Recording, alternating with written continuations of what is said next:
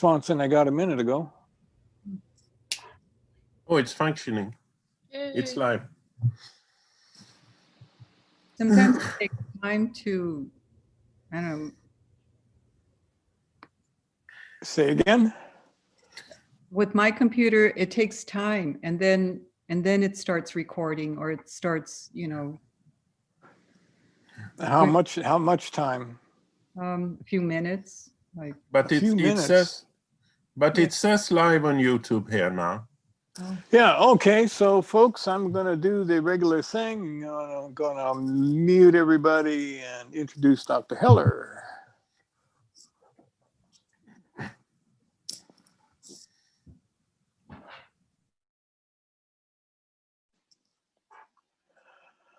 All right, and now we will hear from Dr. Heller on the card, the Emperor. And now we extend ourselves from Tiferet over to Chokmah, to the supernal Father, which is at the apex of, from the point of view of the tree, the left-hand pillar. So connecting Tiferet with Chokmah, we have the so-called 15th path, and connected with the 15th path is the fourth arcanum called the Emperor. The letter is He, the meaning of which is a window, and the astrological sign is Aries. Now, what we have here is, here we move from the child, from the divine child to the Father, because Chokmah is called the supernal Father. So the path itself has fairly strong masculine overtones. We have a figure called the Emperor. The Emperor, the title Imperator comes from ancient Rome, and it was really the title that was devised after the death of Julius Caesar for the head of state. Well, historically, the Romans didn't like kings. The term rex was obnoxious to them. They had a tradition, whether true or not, that back in the early days they had some kings. That was probably kind of in Etruscan days, probably. And that they didn't have a very good experience, especially with the last king, Tarquinius Superbus. But they got around it by inventing a new name for the ruler, and that was no longer rex, but imperator. And so Augustus, the nephew of Julius Caesar, became the first Roman emperor. But as time went on, I'm not really trying to conduct a history lesson here, although it sounds like it. As time went on, in the Middle Ages, the title emperor and the name Caesar was always there. You know that from the name Caesar are derived imperial titles, such as the German Kaiser, such as the Russian Tsar. They all come from Caesar. Caesar was an archetype, and remains one. And the emperors, beginning with the Charlemagne, were literally in the European Christian world the kings of kings. The emperor was the symbolic overlord of all other rulers. And his position was primarily, most of the time, a kind of symbolic religious one.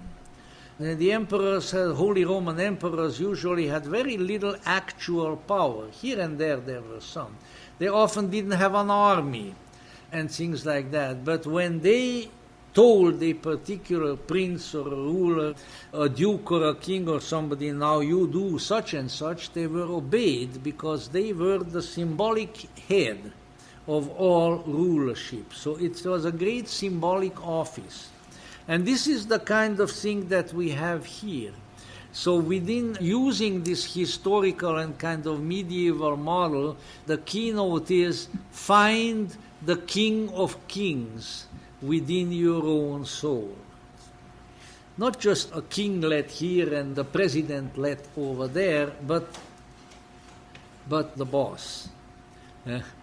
The mafia would call him the capo dei capi. See, the head man of all the head men. Try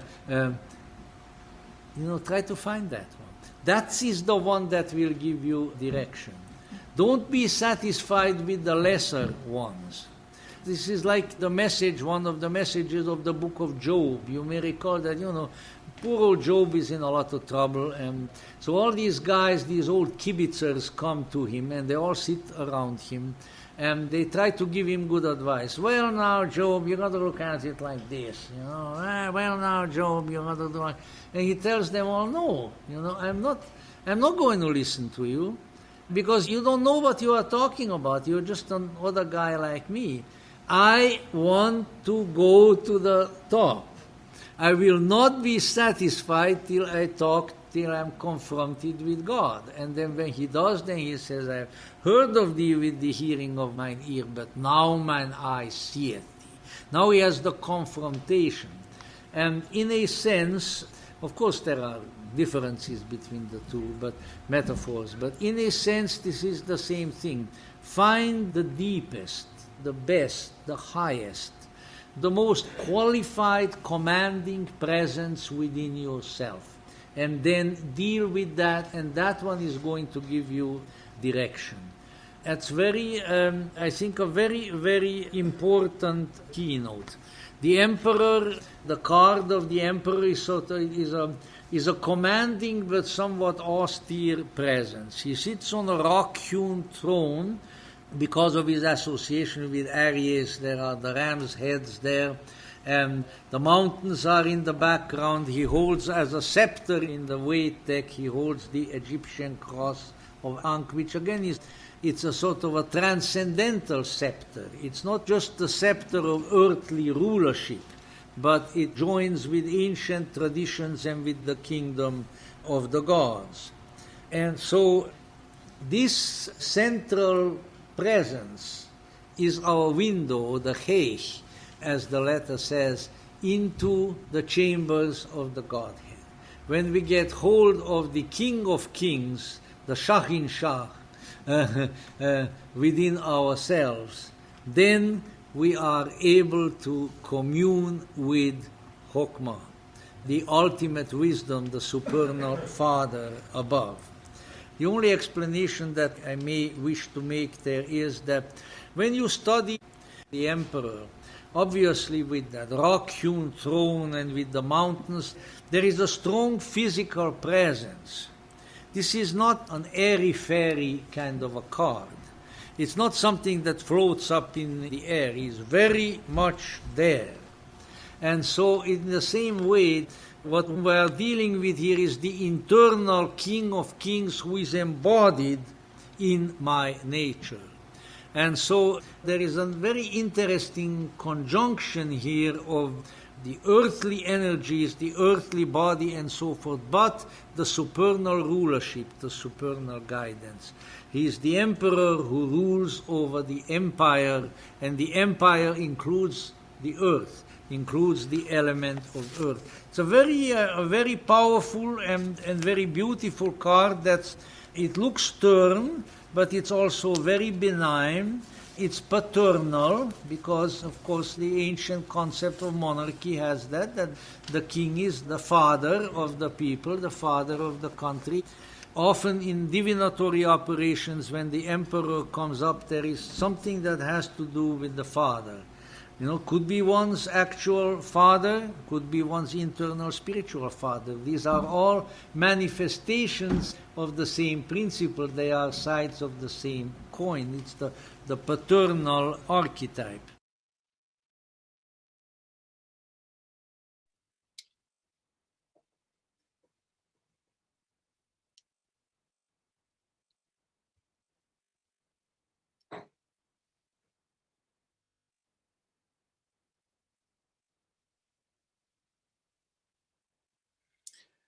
Okay, so as we talk about the emperor here, accompanied by these lovely images of the tree of life, Dr. Heller's words very helpful for me to really anchor this on a deeper plane. In divinatory things, I'm confining myself to kind of an overall general card and then an advice, yes or no. If we went with an overall general meaning and the emperor were the summary of this reading, I think that we would really be talking about, we could be talking about business, but I think we're really talking about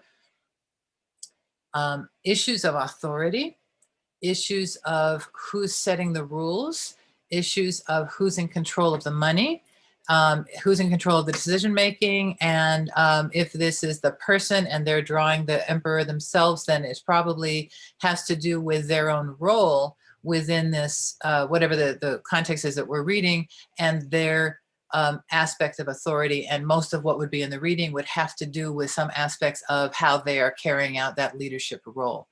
If this were the advice against, then I would say you're trying to move into a rulership role, or you're trying to take an authoritative role, which is not appropriate for whatever the circumstances is. Either it's whatever the circumstance is, either it's beyond you to be wielding that much authority, or it's just inappropriate to the situation.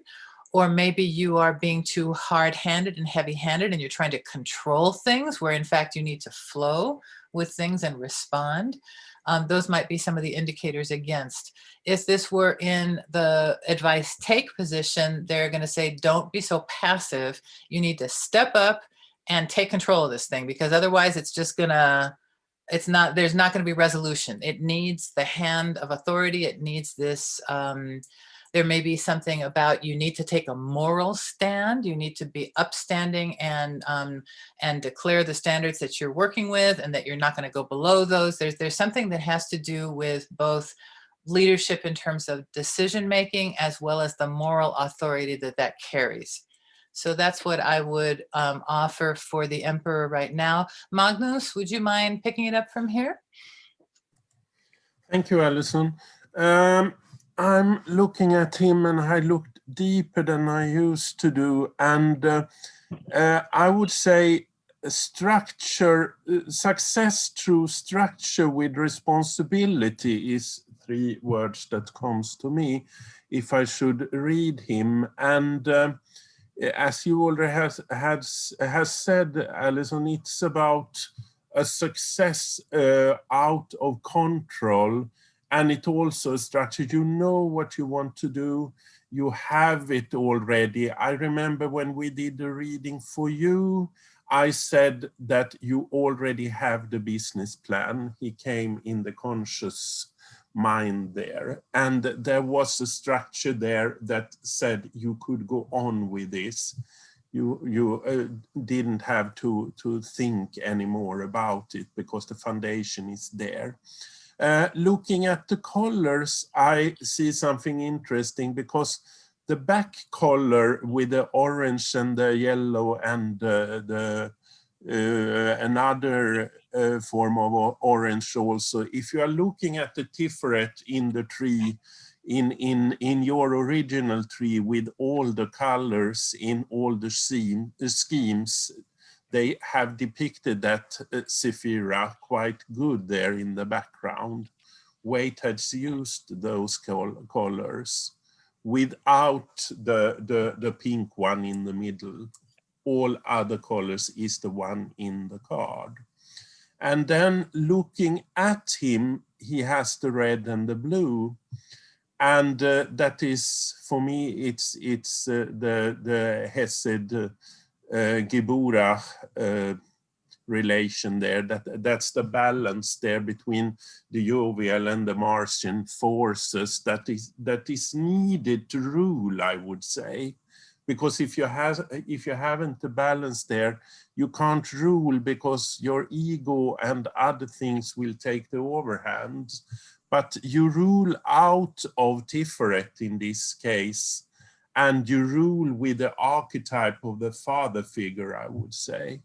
And I also look how he is cladded with armor on his feet, and his feet are almost equally placed, but the right foot is a bit further than the other. So it could be a sign of balance between the pillars, but still working out of severity pillar, from the Saturnian energies and the order and the form.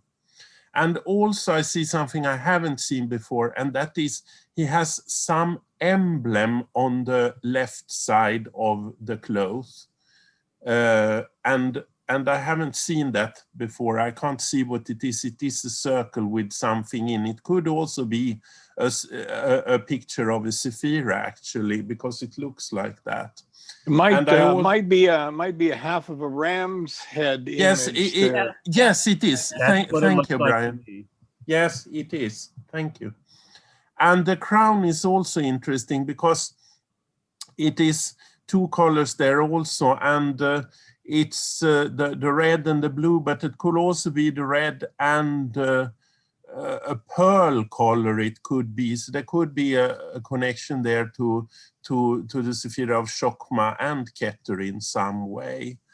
And looking also at the blue color on the dress, it's interesting because if you are looking at the Sephira of Hesed on your tree there with all the colors, many of that variation, the nuances are in that blue color and in the Sephira. So it's interesting. I think it's a powerful card, and I think it's a positive card. Thank you. I pass to Christina. I don't have too much to add to that, only that this is an older man compared to the Empress, where she's younger. It's hard fought however the reader is at. It was hard fought. It was through experience, through fighting, that he or she got to where that person's at. So there's something about the sternness. And in my card, he's looking straight at you. And this one, he's looking to the side. Either way, the expression is seriousness. You know, this is something that is wisdom and love trying to balance the two. And I would tell the reader, sometimes would come up with ambition, determined in her or his success, that this is experience. It's not just, you know, an idea. So to go forward on it because of that. So, yeah. Okay, Jerio, you want to go next? Sure. Well, I think the essence of this card is authority, and it has to do with either exerting authority or reacting to somebody else exerting authority. Everything about this shows a person in supreme command. His throne towers above the Rocky Mountains behind him. He has the rulership over the kingdom. He has interesting things in his hands. He has the Ankh and the globe. And from sources that I've read, these are sometimes symbols of masculine and feminine sexuality. I don't know exactly how that fits in with authority, but being an Aries myself, I do know what the qualities are that are associated with the ram. The negative part of it is being too authoritarian, too aggressive. But the positive part of it has to do with being able to take action, to initiate things.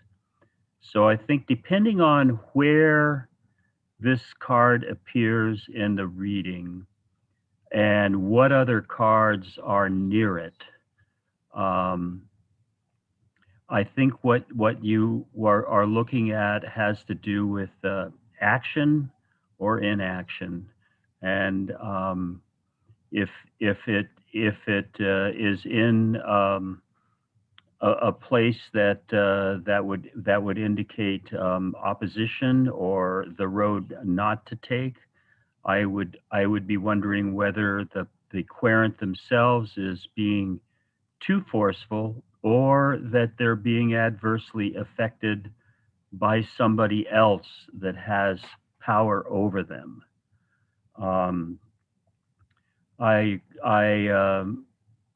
take the armor. I think there are only 2 cards in the majors that have somebody dressed in armor. This one and 13, death.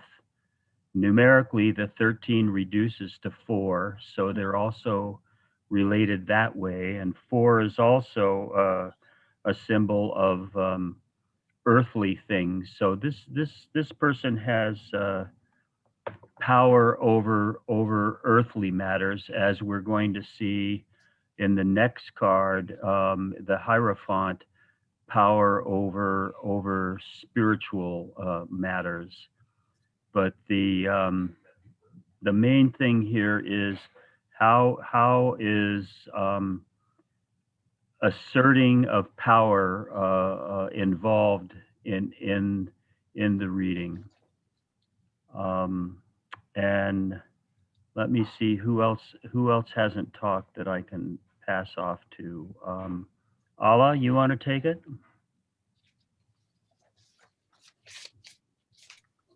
Yeah, thank you, Gerald.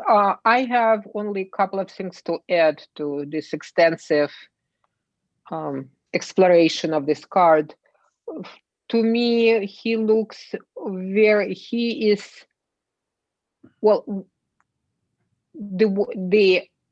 his place in a society, or his place, he did not get there just by being kind and nice, seems to me. He's been through a lot. He's a warrior, and he's also suspicious.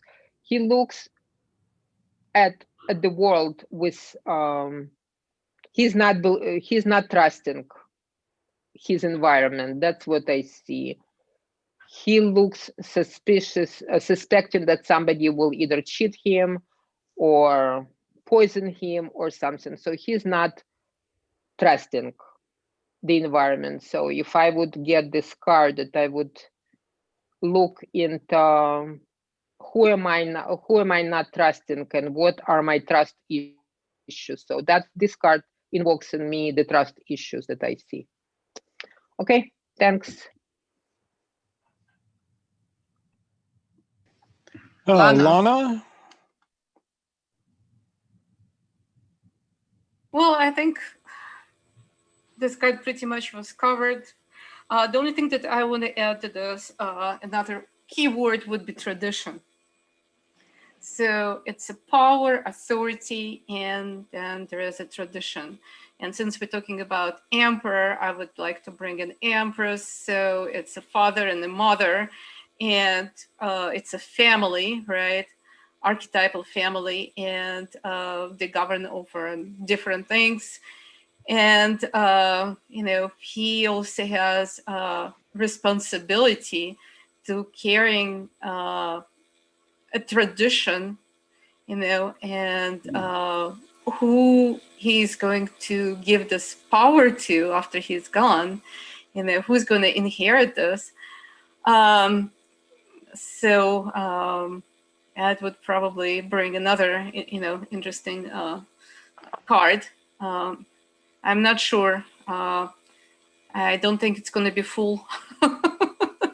But in Russian fairy tales, there's the Tsar, and he has many sons, and there's one who is a lame one, the fool, Ivan Durak, Ivan the Fool, and he actually gets the best princess, but I think this card in the reading could identify dealings with authority, dealing with tradition, dealing with hierarchy.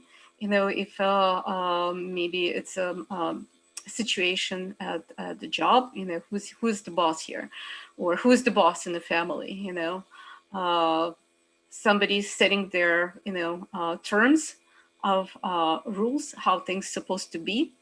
And so it could be someone who's questioning those rules and breaking tradition, and or ignoring it. On the dark side of the power, someone could be just fooled with the power, and then, we deal, just the thing that been in my head when I'm looking at this card, that Emperor wears no clothes. He is fully dressed here. You don't want to get yourself in a situation where, you're so full of power and authority, and then you're making yourself a fool. So, and that's how I would connect those two cards. But I think this is probably all I want to say. And I think, Brian, you're the last person here to chime in. I have a bit of advantage over you that all of you, that is to say, because nobody's heard as much Stefan Heller as I have. In the world. And yeah, who's ever in second place is so far back. They can't even see my dust trails. I mean, but I recorded this, what we heard, I recorded it some years ago, and then I heard it again when I edited, and then just recently I heard it while I edited it as part of the whole overall lecture of everything he covered that night. And then I went over it one more time just to trim away anything that had to do with the greater context of, well, last time we covered this, and now we're, next time we're going to cover that. So I, and then I heard it again here now. And I'm happy that I have, because it really gave me a fresh light on this card. And of course, that's what I'm hoping for, more light on all of these cards as we travel through them. And I'm not getting disappointed at all. But the thing that Stefan said, and then some of the thinking about the political landscape of the archetype that this comes from.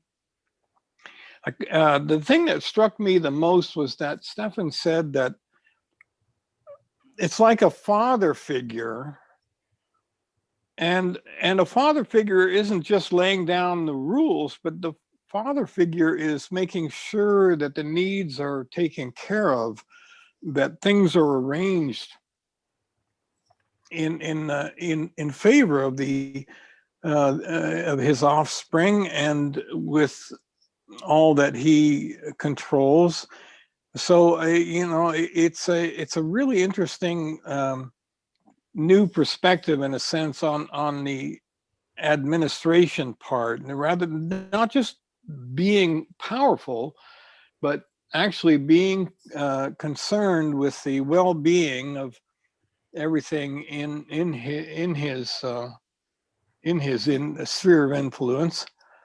And because the kings, we know that they certainly have their power. When we see kings in the readings, they do definitely feature more their authority than they do their beneficial qualities. But that's one thing that I really got out of hearing Stefan on this repeatedly here was that and I really enjoyed where he said that the emperor sometimes didn't even have an army, but all of the kings within the empire would obey, they would follow the lead. So the benign factor of this is really a refreshing view to take, and I think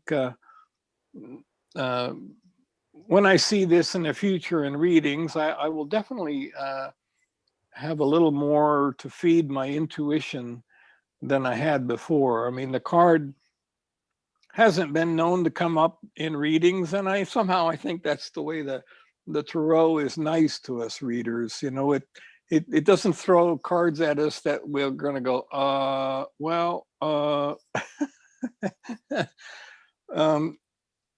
but when you get familiar with a card, then it becomes a tool in your arsenal. It's something that, again, as I stress the point of intuition, and how that to have your intuition supported and I don't know what the word I'm looking for here, giving something for your intuition to really help you get the big picture of a reading with all the cards inclusive, if possible. I'm coming away with quite a bit more and appreciation and understanding, certainly appreciation at least of this card. And it's a little unfortunate that our seminars split the Empress and the Emperor apart. Maybe I could have arranged it differently. Might have been good to do them together. But anyway, well, I went on longer than usual, even though, again, I don't have that much experience with the card in readings compared to so many of the others. But I will open the floor to the general exchange. Jerry, I like look your Masonic background is very nice today. And when you were talking about the Aries, the Ram, who is so present in this figure, I remember you talking about your wife being a Leo, and all I could think of was you guys must have some crazy fights over control of the situation. They must be fiery. So that's questioning the authority of the Emperor can get you into trouble, perhaps. And who better to do it than strength, perhaps? So being that Leo card, or that's the one I see as it anyway. This card is just, it's very that idea of responsibility. And it also, this is just another weird, humorous aside. The Scientologists, bless them, bless their heart, they revere Ron, the administrator. And so his ability to organize worldwide these, structures of authority, which are unquestioned, and they revere him for having put those structures into place. And, for better, or I would argue for worse, that is certainly an emperor type of thing to have done. And he is unquestioned. Unless by his inheritor or successor, Lana, like you were talking about, who has his own problems. But anyway, off of Scientology and back onto something much better, which is the tarot itself, not to limit this emperor by any of the human foibles of the folks have been mentioned. It's just, he's a solid guy. So solidity, that rock hardness. Lana, what you said about his coming to power didn't come from being a nice guy is very well taken, because that, in contrast to the Empress, who's very soft and loving and cushy, this guy is not so soft and not so loving and not so cushy. He may do what he does out of love, but it may not be easy. So that's a little more something there. Another thing that ties right into what you were just saying, Allison, is compare the water as it appears in the Empress card and as it appears in the Emperor's card. I never even noticed the water before. Thank you. Yeah, the water in the Empress is, a really strong stream leading into a waterfall. And here we've got a distant, small trickle of water that just appears very low and on the sides of the card. And so I think that says something right along the lines of what you were just observing with regard to the other aspects of the card. I think it really kind of underlines it and backs up what you were observing there. I think I really also, and part of this is just my own biases,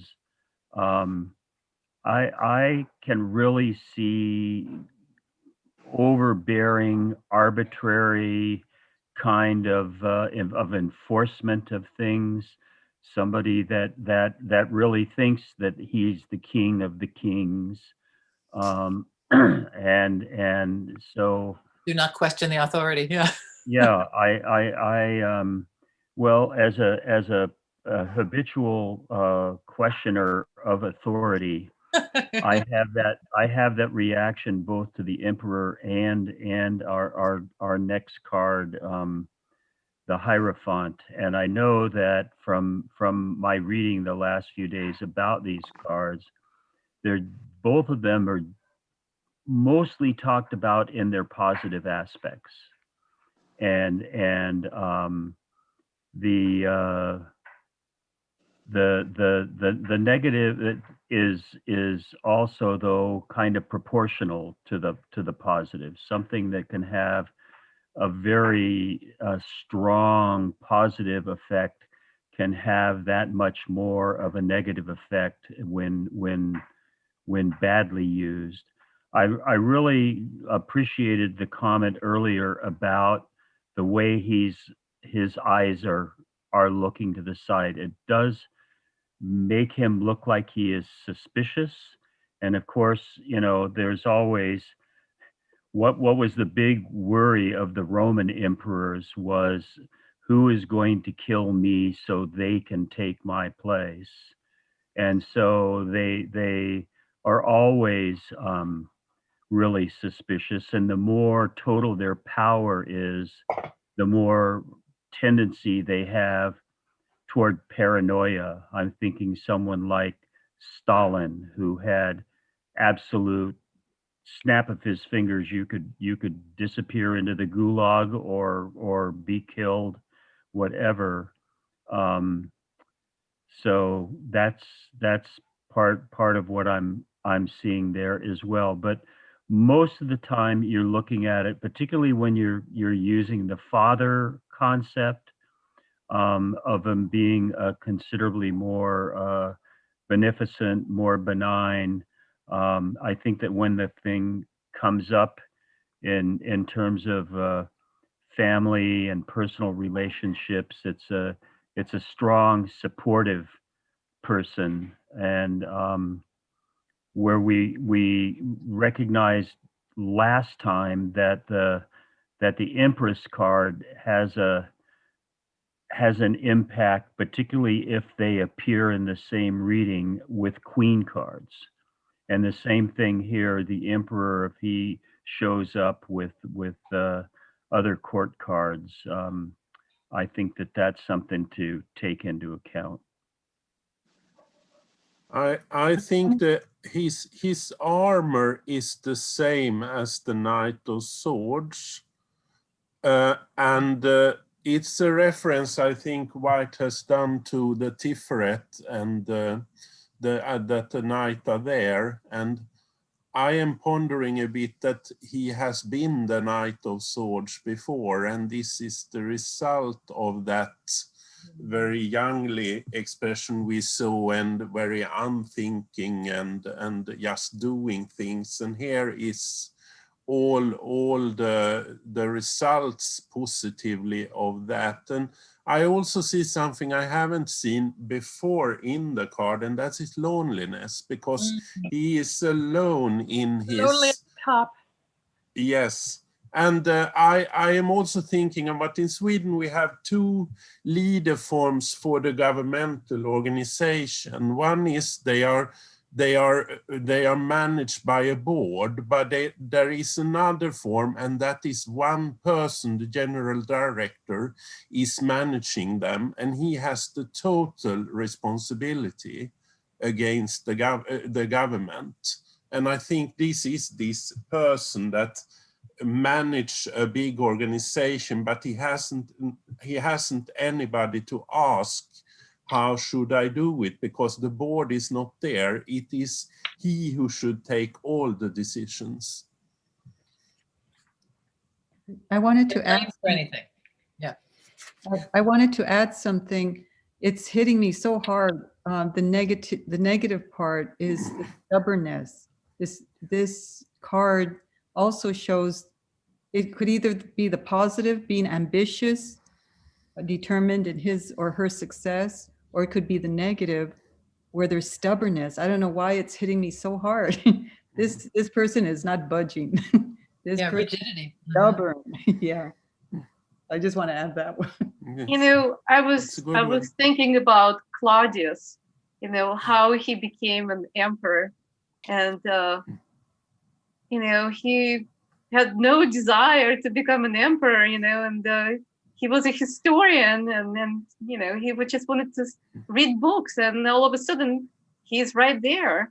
And honestly, I don't think he was a ruthless person to begin with, but when you are sitting on that throne and you continue the tradition, you know, you have to become that person in order to survive, and in order for a dynasty to survive, in order to have continuity, you know. So Stalin had no continuity, you know. He killed everyone who could even get close to becoming, you know, a continuity there. And you know, my mom told me a story when Stalin died. You know, she was just graduating from high school at the time. She went to all girls school. She said the girls were so sad. People were so sad. You know, they used to call him a father. You know, they believed that, you know, he, you know, was responsible for winning, you know, war, you know. And she said that the girls had fainted. That's how upset they were. A different Hitler had figure than what happened with the same kind of thing too. Can we start that again? really Go ahead, Allison, and then Jeriel. I'm sorry, I interrupted. I was just saying that the assassination of John F. Kennedy was a very different archetype, I think. He was seen more perhaps as a Knight of Cups or a king. He was a much more kind of benevolent, this kind of Camelot fantasy that people had about the Kennedys. And when he died, it was, but everybody remembers, you know, that's the thing, is like, where were you when this happened? It's because he is the father. It's the archetypal male authority figure. And when that is gone, there's a huge gap. There's a huge loss in your life. There's a huge missing important building block in your identity. And so that goes back to what Dr. Heller was talking about in terms of that ultimate authority within you. We've been talking more kind of externalized aspects perhaps, but that idea of the seeking the ultimate authority within you is very important. And when that's absent, when that solidity is absent, then you're just out of balance and you're falling over. It's a house built on sand, that kind of thing. Sorry, Jeriel, thank you. No, that's all right. I will toss this in. The esoteric titles that are given to this card are Son of the Morning and Chief Among the Mighty. Hmm. So again, very much power figures. Why do you think it's associated with a window? Dr. Fuller said that in the Hebrew meaning of this card is window. That's the meaning of the Hebrew word that goes with the path that he's on. I believe that's it, isn't it, Magnus? Yes, it's the Hebrew letter. It's the symbology for the Hebrew letter. But why do you think it's a window? It's like he's looking out, I think, from Chokmah, because we had a door. We had a door in the Empress, I believe. It was a door, and now we have the window. So it's like looking out on something. So it's there, but it's not reachable in some way. You are looking through something. And I think that is also the loneliness. You are behind the window, you're looking out. No one else can take those decisions for you. No one else can. Whether you want to make the decisions or not, the role is thrust upon you, and those difficult decisions, those hard decisions that you would have to make are upon you no matter what your personality type. And so that can be a strain, and it can be difficult to do those things depending on what your defaults are. And so that perhaps is another aspect of this to take into account. If this is a difficult role or personality aspect for you to embody or to carry forward, then it may be that you really need to muster up the guts and the hardness to rule in this way. You know, I'm just thinking that maybe the window, you're looking through the window, you have a much wider view of the scene, you know, than coming through the door, you know, you are elevated, most likely. You have a perspective, where with the door it's more narrowed. You have to pass through the door to come to the next stage. Here you can just sit and look out. Mm. And I see also something I haven't seen before. That is the area where he has his feet. It looks like the half ketter there because it is round. It looks like a half of the Sephira. So he is based in the ketter, I think. Or he has to be based in the ketter with the divine forces to be just in his decision making. To be just, that's an important aspect, being just in the Yeah. decision making. That's, yeah. Although maybe not. Maybe that's the role of justice, whereas the emperor, he just makes a decision, for better, for worse. You know? He rules. Yeah, exactly. Yeah. Who are you to Yeah. question that decision? Boom, boom. Yeah. He has to do something and take a decision even if he doesn't know which is the right one. That's the loneliness at the top too. Yeah. I'll get the it blame is. as well as the credit. Yeah. It can also, I think, if it comes up in a reading, it could also be read that way, that you have to take a decision. You shouldn't be stagnate. Well, or you have to abdicate. Yes, that also. If it comes up in the if it comes up in the recommended position, you should Yeah. abdicate. You have to what, activate? Go You said? all the way, you know, Yeah. or Yeah. or get off this horse. Yes. And I also see his left knee there. It's visible, but it's in armor, and I am pondering that it is his vulnerability that is in armor in some way. He can't show it. Mm. Well, the emperor should not be showing vulnerability. No, but That's he why he does. looks behind him like He this. yes, but he does a bit there when he. Hmm. Well, You perhaps- know perhaps the story the, about the king that was limping. Yes. Perhaps the can't more help it. armor, perhaps the more armor that's showing is the more invulnerability that is on Yeah. display. You know, the kneecap is covered with a beautiful stainless steel. Anyway, so are we ready to move along?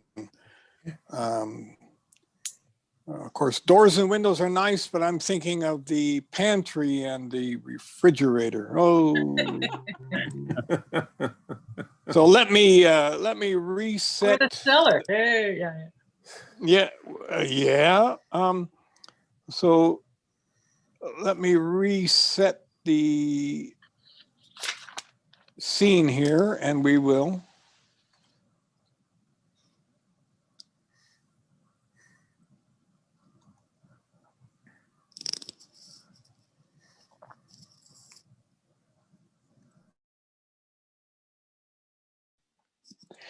And so now we shall hear Dr. Heller speaking on the Hierophant card.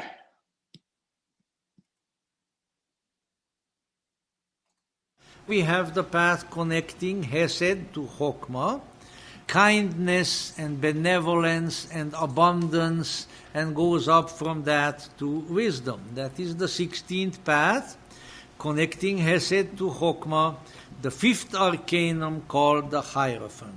The letter is Vav, meaning a nail or a hook, and the astrological sign is Taurus. So we are moving from the kindliness, the love of Hesed to wisdom. It is a path of spiritual initiation, but with its attributions of Vav, the nail, and also of Taurus, it is structured. It is a structured spiritual progress. It is initiatory, it is sacramental, it is formal, because the expression of such wisdom from above and such compassion and benevolence from below has to have a structure within which to operate. Goodness without the means to implement goodness becomes ineffective. And that is something that always needs to be remembered. There are a lot of good people in the world whose goodness cannot express itself because they haven't found the means whereby to express it, or at least not enough.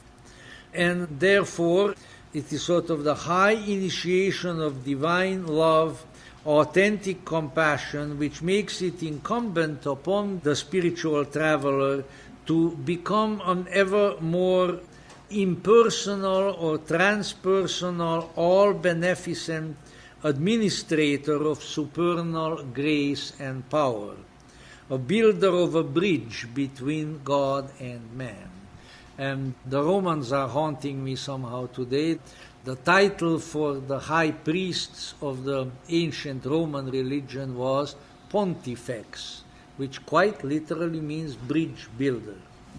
And the chief bridge builder was the Pontifex Maximus, the highest bridge builder. And you know what? It's still the title of the Pope of Rome. If you go around in Rome and see the various monuments, it will say, well, this statue was erected under the reign of Clement VII, Pontifex Maximus. And why not? It's a most magnificent metaphor for the sacramental grace and for the priestly office of building the connections between the human and the divine. So it's a very marvelous card, which is always very benevolent, always very beneficent. No high inquisitors in the court of this pope, and the symbolism in the card is both ecclesiastical and hermetic. I can't explain it all at this point. It's in the book. It's in the book.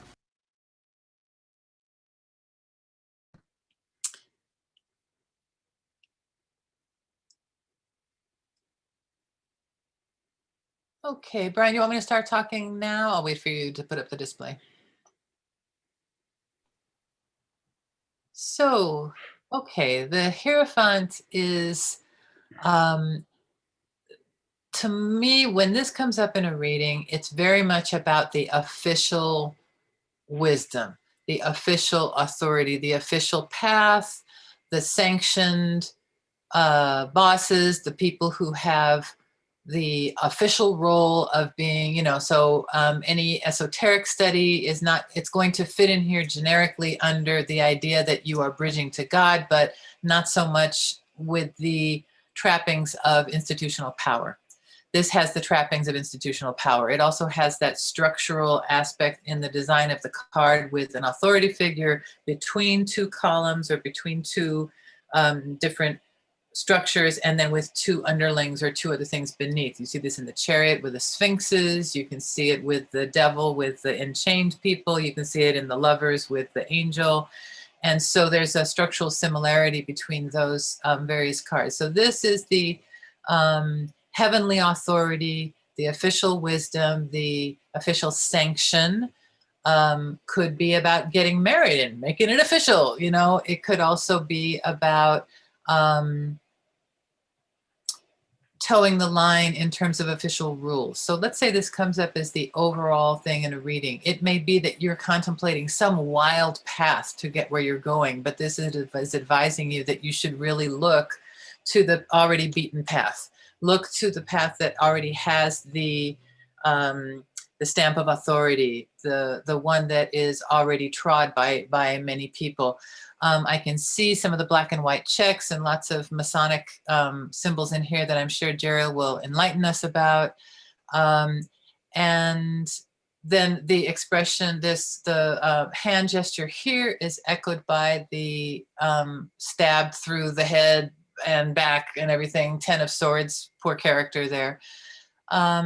So this has come up as the official one in terms of like, if it comes up in a divination as a summary card, then we're really dealing with something that is about what is the established authority of the situation, who has the authority, what is it that you're trying to do, and if this is about you and this is describing you, then perhaps you are going to become the teacher or the principal or the lawyer. Perhaps you're coming into now a licensed role that you didn't have before.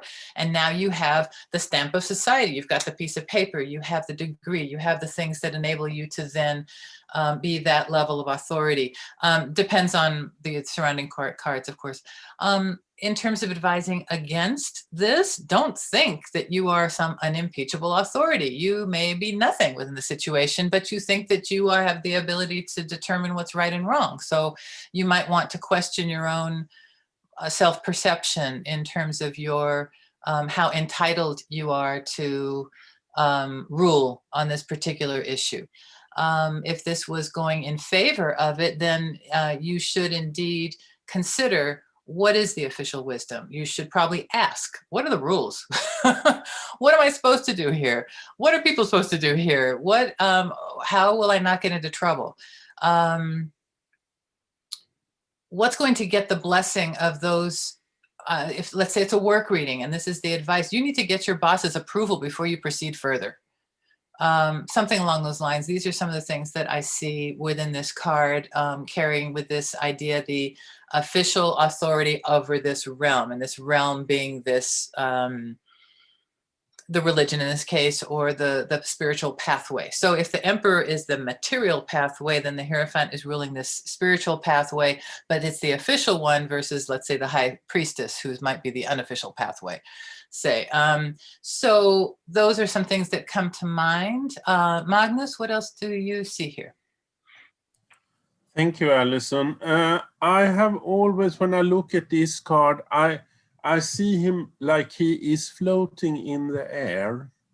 I see him like he's not sitting on the chair. He's floating above it, and I think it says something about the card. And in other decks, this card is also called Fate, I remember. And I think it is a bit of fate when it comes up in a reading, that you have to have faith in yourself and you have to have faith in the situation. And also comparing it to the emperor, I think this is rulership out of divine power, but it is rulership of people that looks up to you, and you have to take them in and you have to teach them. And the two people in the card I also have found always interesting, because in the on the backs they are showing this one path splitting into two paths, and it's like you will get a choice somewhere in life, and that choice is a form of initiation, because you can't walk both of those ways. You have to choose, but the choose is individual in each. And I think it's because of that both person is showing that on the back, that when you are studying something intensely and also a divine subject, I think you get that that situation somewhere in your journey that you have to take a decision and walk forward in that decision and forget the other possibilities. And I think that is shown in those two people. And the keys are also interesting because Jerry will probably talk about that also, but those keys is silver and gold actually, but they are they are the sun and the moon, and it is like weight is hiding that symbology here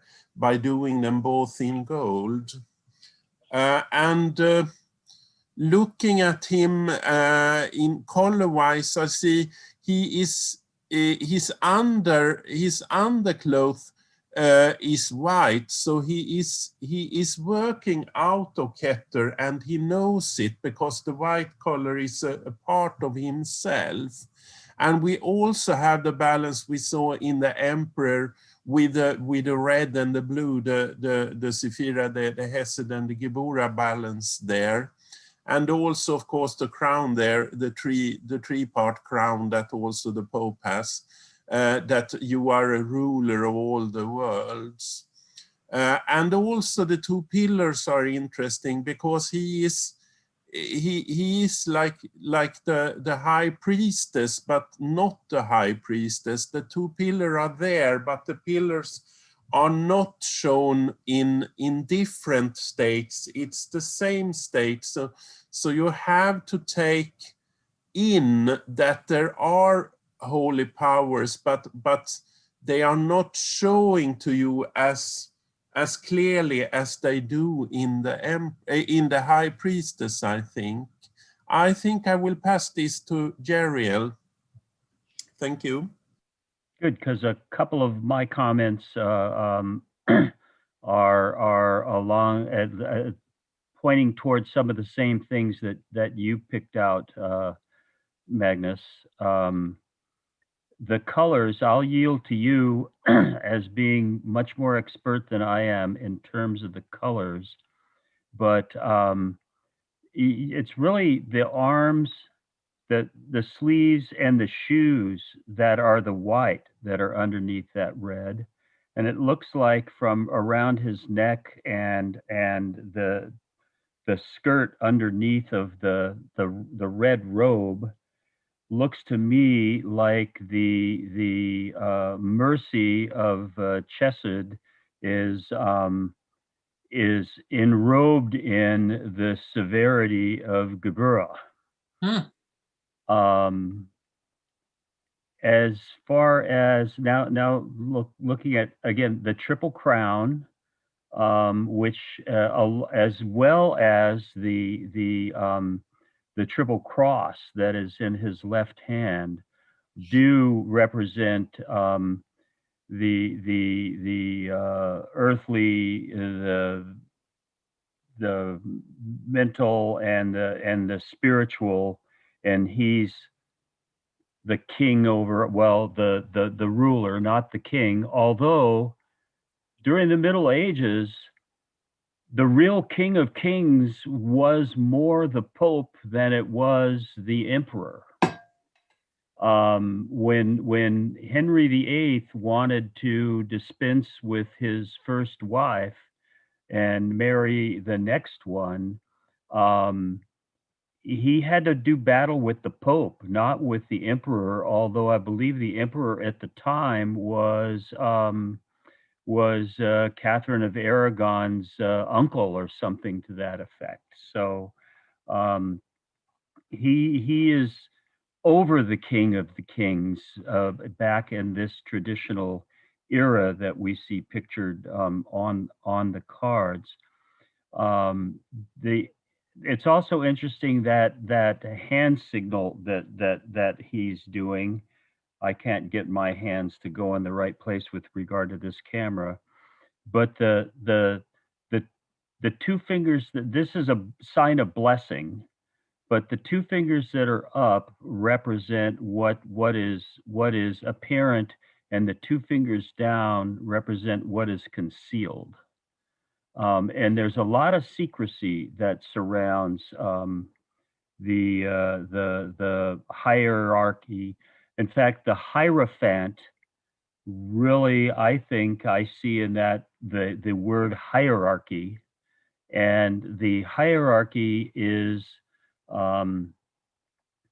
the established structure of religion. And in this, I agree with Allison that there is a comparison here between this and the high priestess, that she is the true the esoteric essence of these spiritual things, and the Hierophant is the head of the hierarchy. It's like she, the priestess, represents spirituality, and he, the Hierophant, represents religious establishment.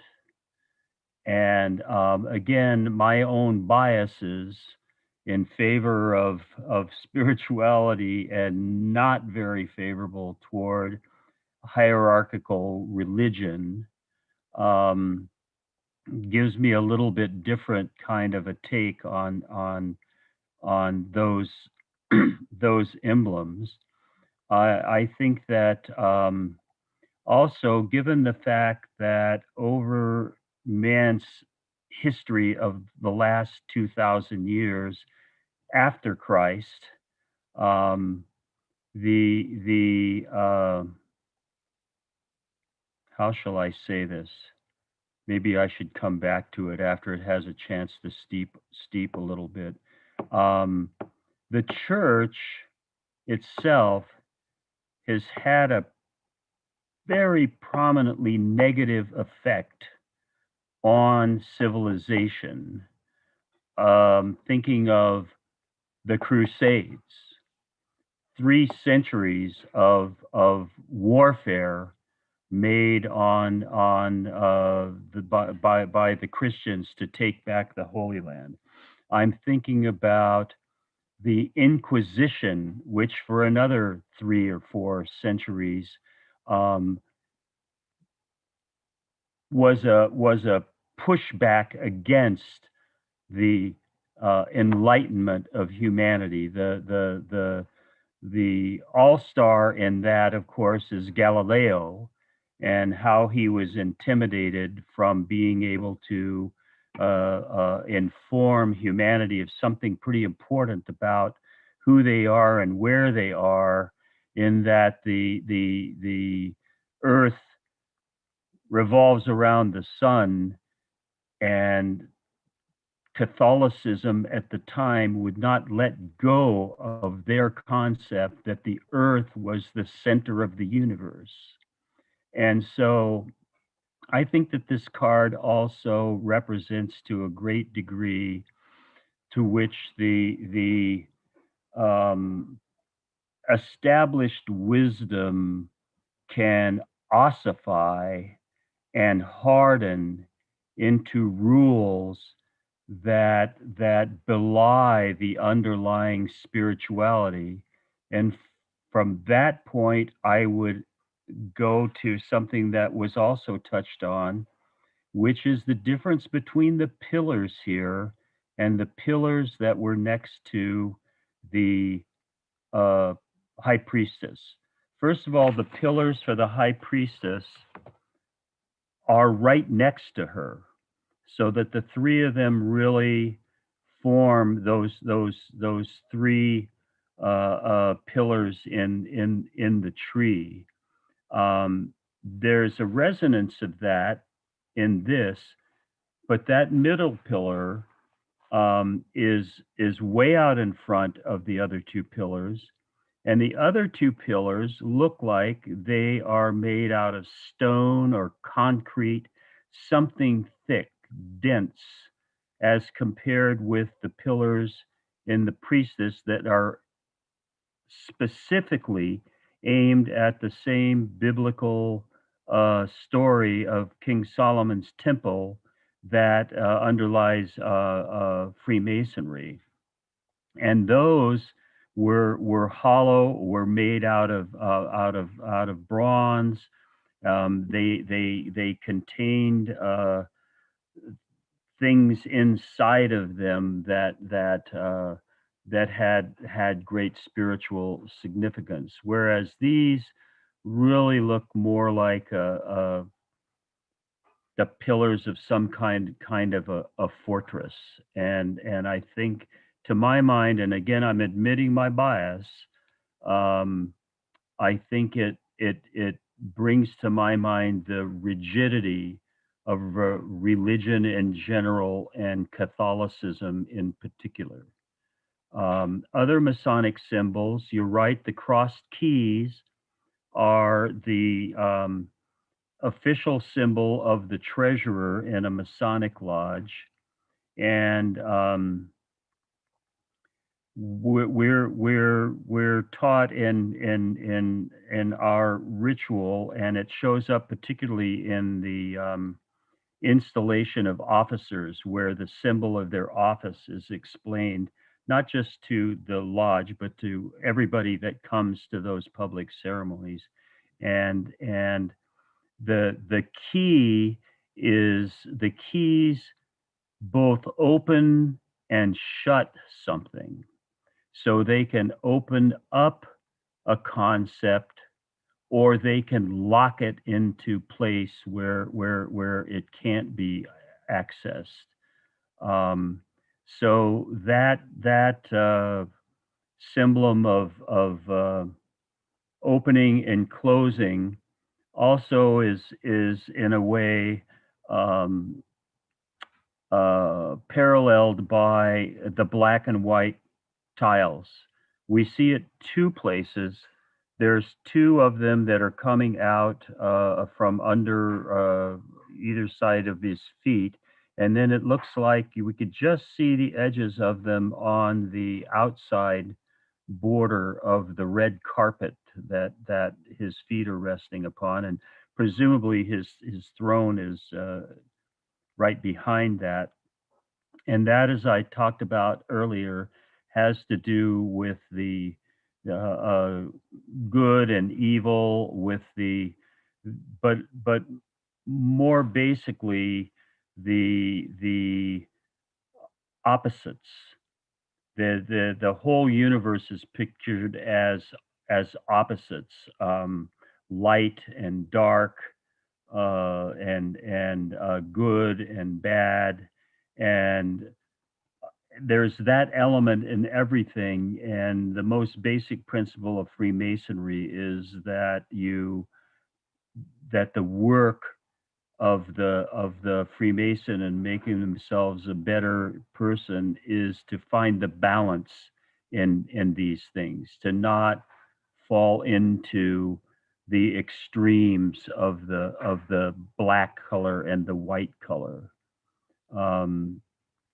There's also something that I read about, and I was searching and searching, where are they? Where are they? Because as Dr. Heller mentioned, the word this time means nail or hook. And I finally found the nails. There are 3 nails that are sticking out of the top of this Hierophant's crown. And from the reading that I have done here in the past few days, those are thought to represent the 3 nails with which Christ was nailed to the cross at Calvary, not cavalry, but Calvary. So that would also, the same sources of that noted that the keys were symbolic of the keys to the kingdom of heaven that metaphorically Christ handed off to Peter when he said that he would be the rock upon which the eternal church was constructed. So you have again those religious references, these supplicants in front of him are clearly monks. One of them robed in the red rose of passion, and the other in the white lilies of purity.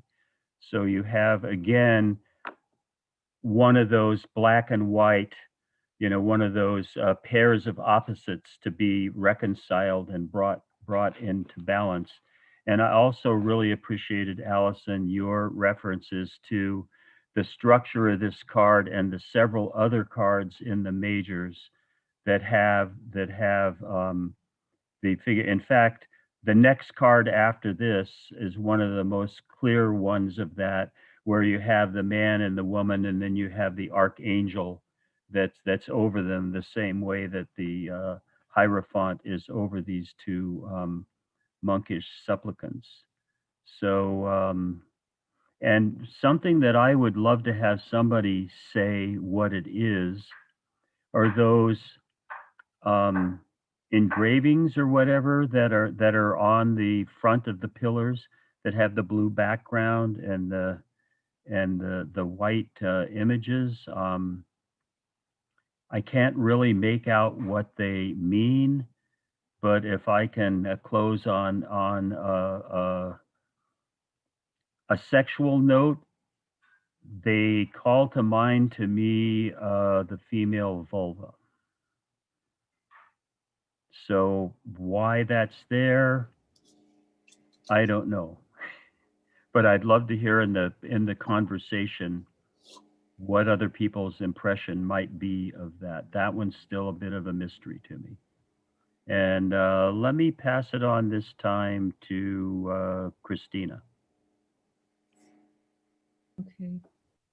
Yeah, I never noticed that. What I get when I read is inspiration. Like usually the person would have an idea, and I usually pick up the inspiration. The idea is higher than the person is thinking. That it's inspiration. It's from above, and to move forward with on it with the not the idea but the action of cooperation, an aid, working with others. The two people in the front, I understand it to be the mystic and the occult, and it's the balance of the two. The church, it's interesting that you brought up about church. When I was a kid, I still remember I hated to go to church. I mean, I hated the Catholic Church, and I was a little kid. Why did I have that strong feeling? And later on, I learned that the church was supposed to teach the mysteries of the inner court. That was their job. They were supposed to be teaching us, the mysteries, but they became political. And that's the caution we need to take when we are inspired with higher ideals, higher thoughts, and to know that we are being inspired and to move forward with it with the understanding of that. And you may not even understand what you're doing. Just follow that higher inspiration when you're moving forward with it. The negative part is lack of knowledge, and that's the limitations. That's the concern, that we need to seek that knowledge through either meditation, through working with others, cooperation with others. That's our job, is to be doing that.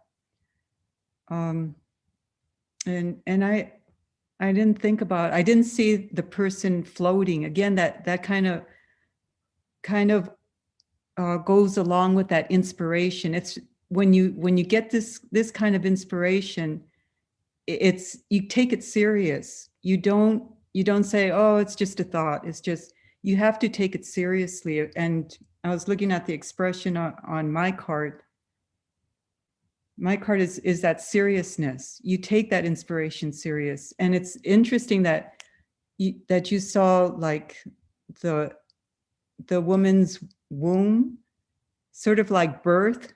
When you have this inspiration, this idea, it's like a new birth. It's something new. It may be painful to get it out there.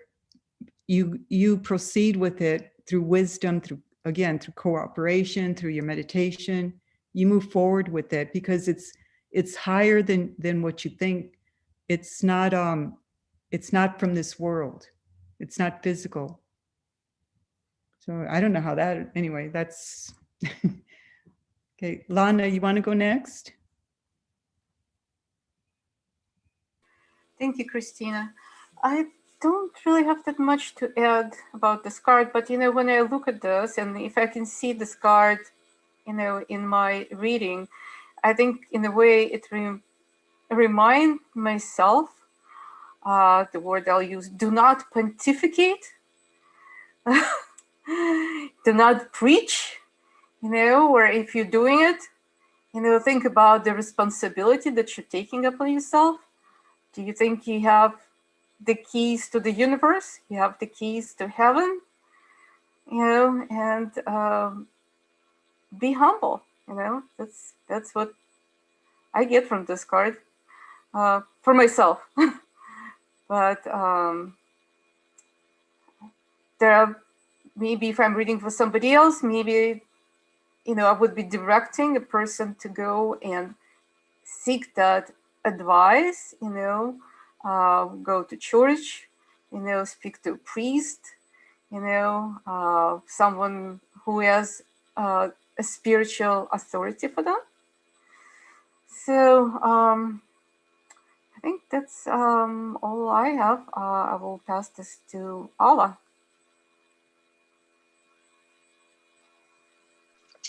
I don't really know what I can, thank you, Lana, what I can add after this extensive explanation. So I'll pass it to Brian. I'm sure he has something to say. Before I go, I forget now, did Magnus speak on this card? Yes, I have spoken. Thank you. Oh, okay. Sorry about my geriatric memory here. Before I go, I would like to ask those of you who are familiar with the term Hierophant, and I would like to hear about what several of you think about the meaning of the role of the Hierophant. So I'll hit Jeriel first.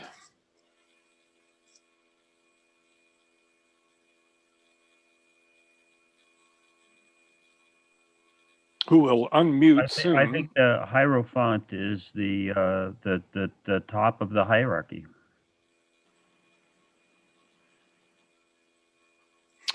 I'm sure there's more subtlety to it than that, but I'll start it off with that.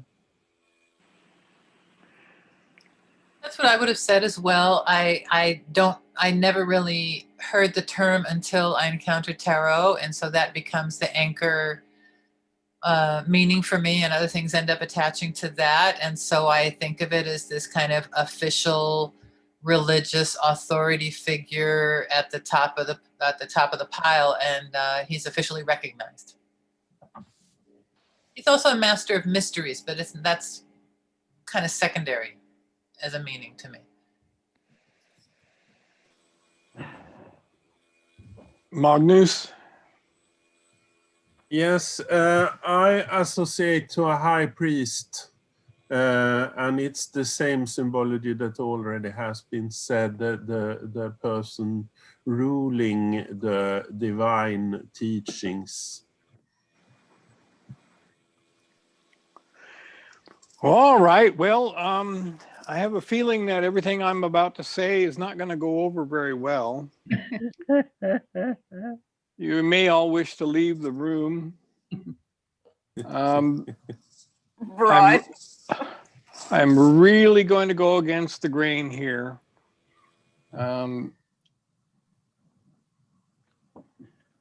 And I grant you that, you know, when institutions arise, they become mired in the muck of humans with their getting their greasy hands all over everything and taking control. And while the authoritarian abuses of the Catholic Church were mentioned, let me remind you that the Protestants, they've got quite a few stains on their history as well.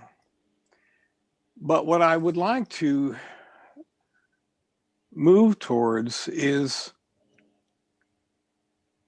that in some decks, of course, this is it's called the Pope in some language or other. But what is a Pope? Well, the Pope, you know, obviously became the politically lead bishop in the early Christian church, as founded by Jesus as a sacramental channel of spiritual gifts. There were only two offices. There was bishop and deacon, I think. I think priest is an office that came along later. But the whole idea that I want to bring forth is that Jesus was channeling, creating a channel, starting a channel whereby the spiritual gifts of the sacraments, the spiritual grace from the Most High Source would have a channel to flow into humanity as the great gift. And I was raised Protestant, so I only learned about all this Catholic stuff later, and I certainly appreciate it deeply. Probably easier for me to appreciate than if I'd been raised Catholic, because, you know, for hundreds of years, the Catholic Church has seemed rather demonic to many people, experienced that way, and I can understand that, and I will only say that it's human beings, you know, that have gotten involved, and with all of their rampant stupidities have really done some damage. But I'll give the Catholic Church in its various branches, you know, the Eastern Orthodox, etc., that at least through the centuries, they were good stewards of the art, the spiritual art implemented by Jesus, where Jesus breathed on his disciples. This was a magical act, opening up those individuals as spiritual channels through which the spiritual gift of the sacraments could then flow forth, because then that bestowed the gift of being able to create the sacrament, the body and blood mystery, that more and more humans given that gift would be able to go far and wide and share that gift. That was the founding of the sacraments. He said, "Go forth and do likewise." Now, that responsibility, it's a responsibility, it's a great burden, it's also a great gift, which shouldn't get to one's head, but it often has, of being the channel for being part of the riverbank. I don't know what better way to put it than of the beautiful river of spiritual grace and healing power and all the other things that the many things that the sacraments can bestow. So that is the role of the Pope. I hate to say Pope, because Pope is just, you know, the highest hierarchical position of all the bishops. Everybody's just a bishop. The cardinals, you know, and all these, you know, they're all just bishops. But okay, politically, you've got a lead bishop. They call him the Pope. But the point is, my point is that these are the people who have received the gift and who have been given by Jesus the power to share that gift with others and try to keep this stream literally turning into a delta of channels where these gifts can be shared far and wide. And the Protestants came along and said, well, we don't need somebody to give us, you know, they threw out the baby with all the bathwater. They, you know, as Stephen likes to joke, they say, oh, it's just me and God. And he jokes that they say it in that order. But the Hierophant and the bishop, they are the ones who have been given the gift to channel these great spiritual gift to humanity. And that is how I see the Hierophant. Now, I know that in the, let's say in the Golden Dawn tradition, the Hierophant is also the figure, the symbolic member of the temple that can channel and share the gifts that are going to come forth in that setting. And now I'd like to point out that the high priestess, she is also one with the mystery, yet she knows where and when those profound mysteries can be shared, or when it is too much for someone to bear. But I, you know, everybody was talking about it's the job of the Pope to rule. No, I think the job of the Pope is to see that all the channels whereby these gifts are distributed amongst humanity, that's the Pope's job, the Hierophant. But they're all just I shouldn't say just, they're all bishops, and the, you know, in the apostolic succession, this gift is considered to be handed down by breathing upon the candidate, because Jesus did that, and he said, go forth and do likewise. And so there, to me, the Hierophant and the bishop, whatever you want to call this card, that is the generous source of the sacramental gift of the Spirit that would help us rescue ourselves from the great predicaments that we are in. Don't need to even start about that, but well, let's see. Brian, can I interject something here from a very neutral source that I'm happy to turn it over to banter, and then I'll conclude with whether I can come up with some good offensive remarks in conclusion. So banter. Okay, I'm gonna tell you what the Oxford English Dictionary says about Hierophant. The two roots, hiero is, where am I here now? Here we go.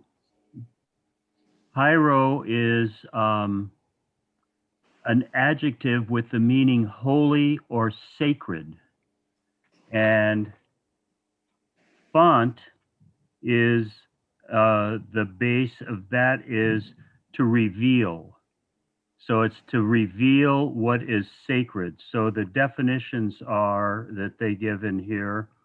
The antique is an official expounder of sacred mysteries or ceremonies, especially in ancient Greece, an initiating or presiding priest, and in general, an expounder of sacred mysteries, an interpreter of an esoteric principle. So Okay, well, great. That's that great. certainly That fits to me, into that what you all were saying.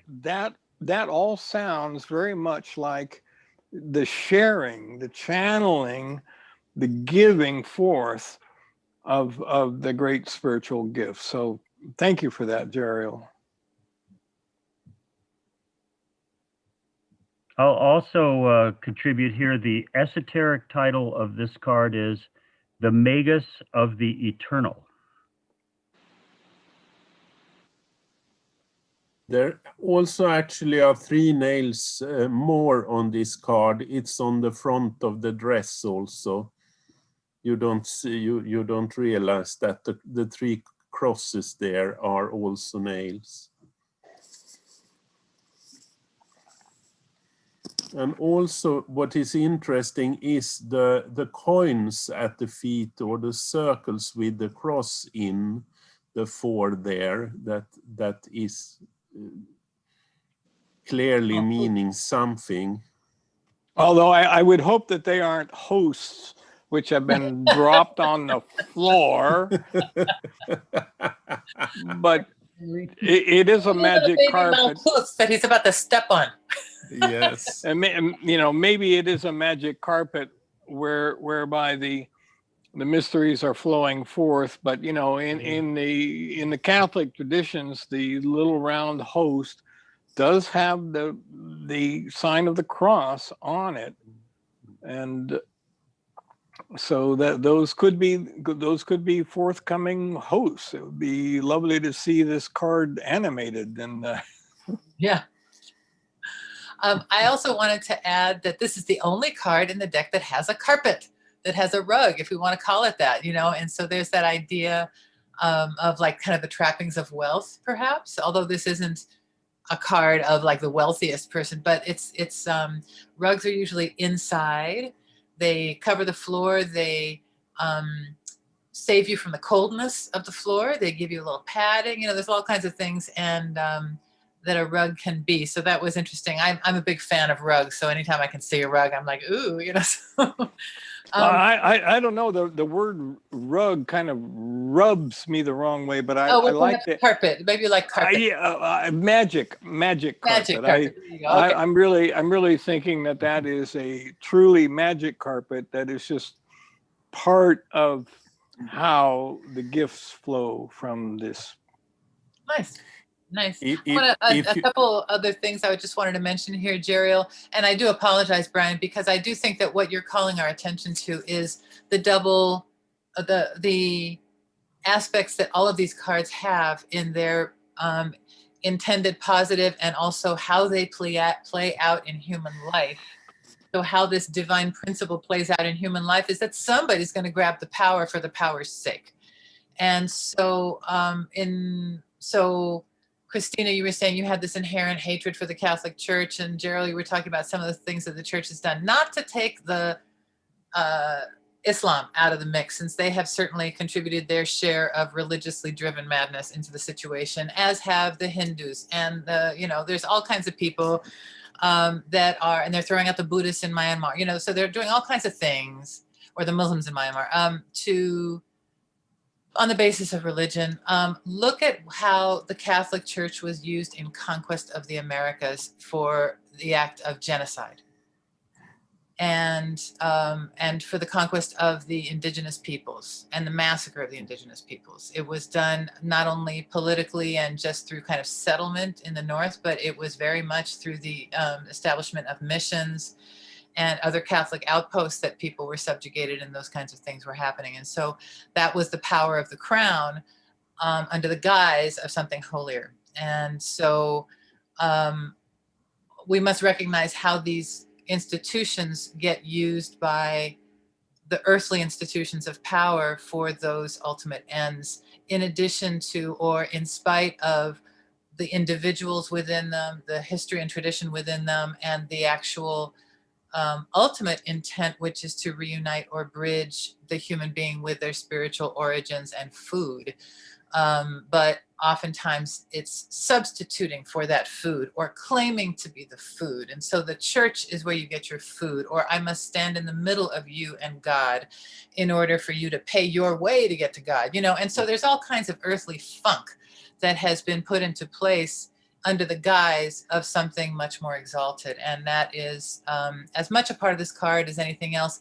And with all due respect to those among us who are priests and other holy men, and that you are, Brian, and one must acknowledge the I'm a mere deacon. just a mere deacon, but that was the only title for a long while, as you pointed out. So you're right up there. And so to acknowledge how many people are in the church. We had a girl living here at the house who was a nun, and she was a lawyer, but she wasn't a lawyer in our tradition or Jeriel's tradition. She was a lawyer in the church.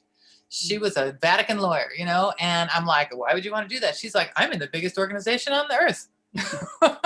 You know, I like being on the winning side kind of thing. And broke her father's heart, but she was happy in that dedication of her life to what she saw as this larger purpose. So every individual has this energy perhaps within them. And maybe that's another aspect of the meaning here, is that we all have within us some bridge to the divine, and how do we embody that, and how do we lecture our own lives? Not only, let's say, from the high priestess, who is kind of more magnetic, but also with the Hierophant, who has the acts and the sacraments and the things that they share to make this known outside of the intuitional, you know, abstract realms. So that's my musing for the moment. Like And that. if I see something I haven't seen before, because if you are looking at the carpet in the middle there, it will form a red cube if you are looking at it for some time. I haven't seen it before.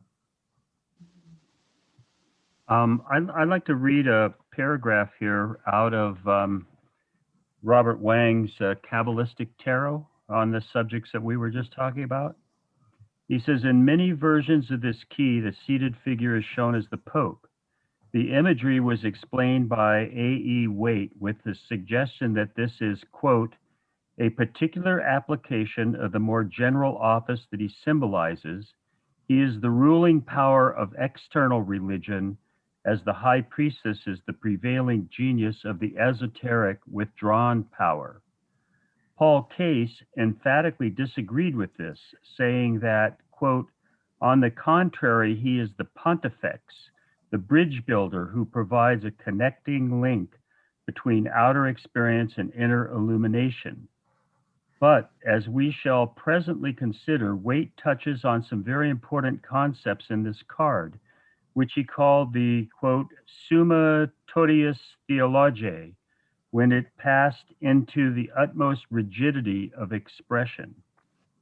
Relative to the traditional use of the Catholic pontiff in tarot, it should be appreciated that until very recently, Western esotericism was inextricably bound to Christianity. At the period when the cards emerged, metaphysics was merely a way of looking at the given faith, which was above question as a system. There were no variable alternatives. Thus, the great esotericists were either Catholic priests or those who sought the approbation of the Catholic hierarchy for the research. Well, I appreciate reading between some of those lines. I very much appreciate that there was a hint, even though it was, again, couched in sort of authoritarian terms, that it's a channel. It's a method, a role whereby the greater gifts can flow to humanity. And was that word actually meant to be a viable alternative to the church rather than a variable?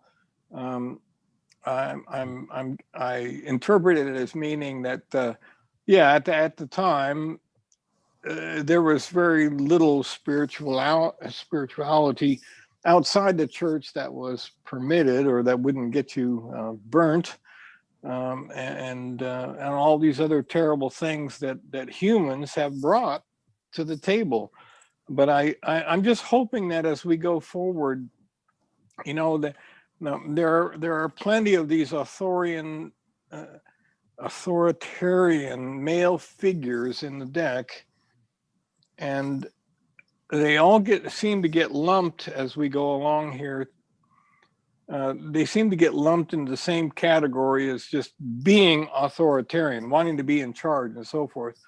And I've been a little remiss that it seems to me that the roles that some of these figures can play in distributing and channeling the various gifts, the emperor being one who manages the earthly gifts, but this bishop that we are looking at now, his role is to see that the spiritual gifts are distributed.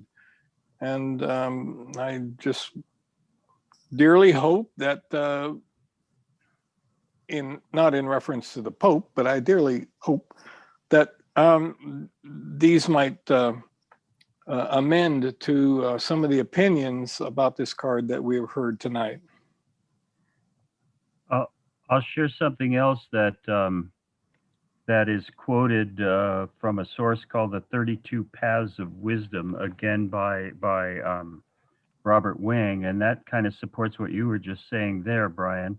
It says the 16th path is the triumphal or eternal intelligence, so called because it is the pleasure of the glory beyond which is no other glory like it, and it is called also the paradise prepared for the righteous.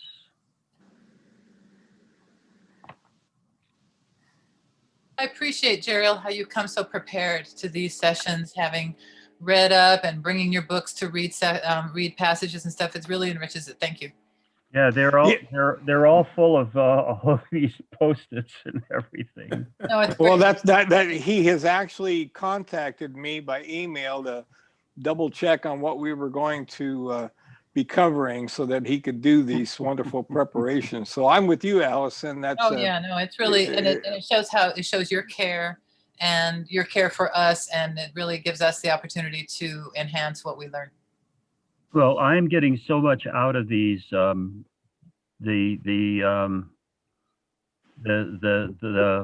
whole thing of our sharing, I find very enlightening and very reinforcing of the urge to study this teaching even more. Yay.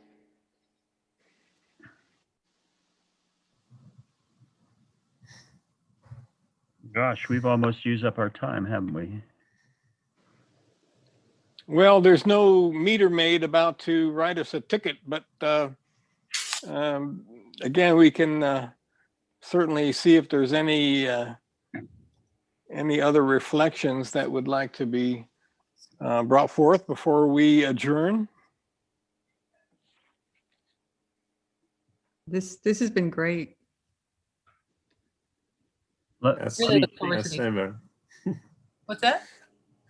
It has been great, and it is great always, I think, these Yeah. sessions. And I really look forward to them. I'm like, we could do this 3 Yes, times a week. yes, me too. And But, I'm looking at the pillars again, because the pillars, they are also in the justice card, those 2 pillars. Ah, So there is a symbology there also. I was wondering, nobody mentioned anything about the keys that are on the carpet. Yes, I said that they You should did. be, yes, they should be gold and silver. They are the But sun the and the keys from moon. heaven. Yes. Yeah, Jerry Yeah. was mentioning Or that, higher consciousness, or all Yes. of the above. yeah, Yes. and given to Peter. Keys given to Peter. You And know, also the shape of this on the top of the column, it looks like number 5 to me. So kind of Roman numeral shape five? of a 5. And it's the number 5 of this card. Oh, like a Roman numeral. Uh-huh. Uh-huh. I was thinking the fallopian tube thing like you were, Cheryl. Yeah. Yeah. That's I know. funny. I look at them that they could be Tauruses. Yes, also, I was wondering about that. Because this is Yeah. a Taurus card. So maybe we've got all that. We've got the male-female sexuality you had mentioned, Jeriel. You've got the Taurus. You've got the 5. So it's all kind of stylized I maybe. still in there. don't understand how it really connects to, from the astrological point of view, to Taurus. It just doesn't. That's because the church is the biggest landowner in the world. Well, that's why, yeah. I guess it's all fixed, you know? I It's would like to. I would like to addition. think. I would like to think. I would like to think that perhaps that this is the channel that brings the gifts all the way down to Earth, Yeah. and Taurus is one of the Earth signs. Yeah. And as to that symbol there, looking at it some more, it really does remind me of looking at biological charts, and that the flowery looking things on the side could be the fallopian tubes. Totally. It looks very much like, well, it looks like a womb with a fallopian tubes because they are Right. kind of very lacy and everything. So yeah. And last time I talked about moving our Saturday meeting to 1 o'clock again. That's no longer compelling to me. We accomplished that meeting this afternoon. So if you want to go back to noon this next Saturday, I'm okay with that. Christina, when is your HOA thing? My what? Don't you have some kind of a board meeting that you do? Oh, it's the second Wednesday of each month. So that doesn't matter this week. Well, you Yeah. want to do it at 12 or at 1 this time? Well, I like to try to be kind to our European participants, and That's no And- problem. yes, I know you're so Chooses. Very you're like accommodating. No, 12 We- is better because then we have time to leave if we need to. Otherwise, it takes half a day. So I'm for 12 for noon.